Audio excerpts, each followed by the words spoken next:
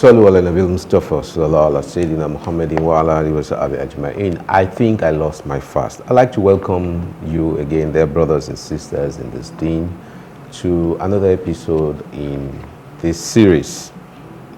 There is a question today on a topic that affects each and every one of us.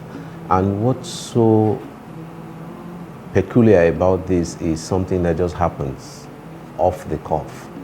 We could even say that practically happens every day and can even happen to you as much as 5, 6, 7, 8, 10 times a day, because a lot of it has to do with the personality, a lot of it has to do with the environment, a lot of it has to do with circumstances that surround us. Then balance that against the discipline that comes with having to fast, and particularly so during the month of Ramadan. So here goes this question that was sent to us. I have a hot-tempered roommate who always tried to get away with cheating others. She got on my nerves last Thursday, and we had a heated argument where I thoroughly insulted her. In fact, this sister wrote that LOL. We all know what that means. During Asr, I asked for forgiveness, but I still think I lost my fast. Did arguing with my roommate nullify my fast?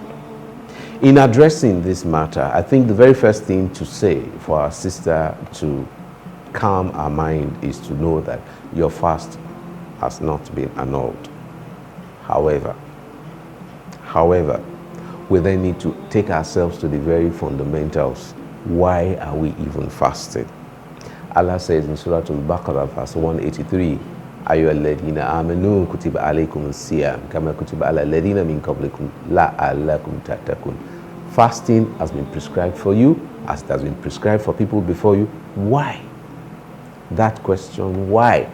Some people will say that you may attain piety.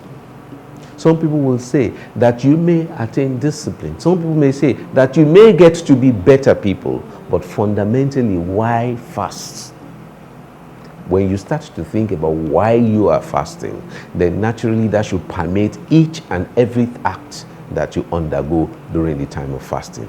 Specifically, let us hear what the Rasul Sallallahu Alaihi Wasallam has said about people who conduct themselves in manners that are inimical to the principle behind the fast.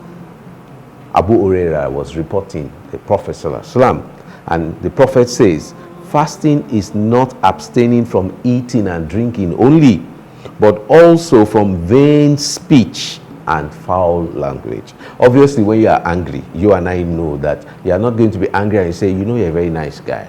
You know, you're such a wonderful guy. We're going to be using expletives that cannot even be mentioned, not to talk of being on air. So you do obviously see from what the Prophet ﷺ is telling us. He says, if one of you is being cursed or is made annoyed, Allahu Akbar, he says, you should tell that person, I am fasting.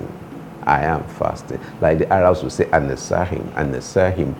What are you doing by that? You are talking to yourself, and you are talking to the fellow. You are talking to yourself to remind yourself the state that you are in.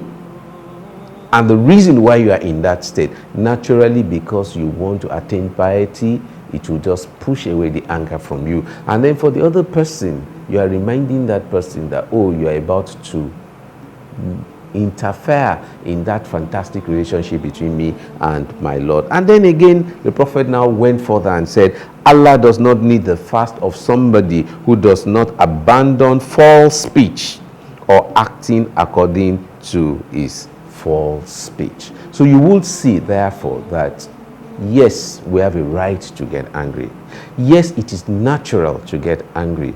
But remember, because you are fasting, the reason why you are fasting is to get closer to your Lord. Is for your Lord to have mercy on you, for your Lord to forgive you, for your Lord to be pleased with you.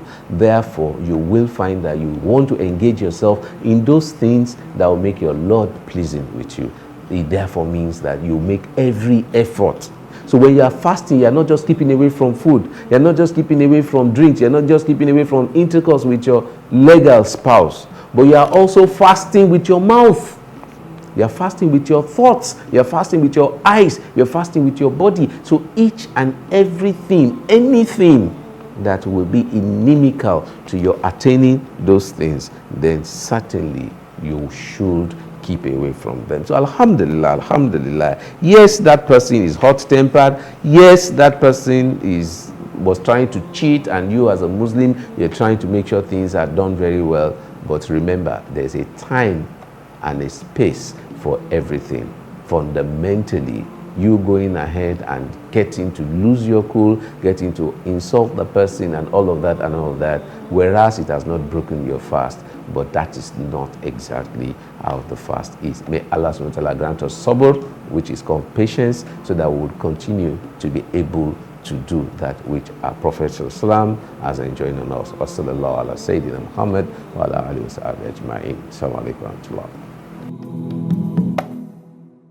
We once had a teacher, the teacher of teachers.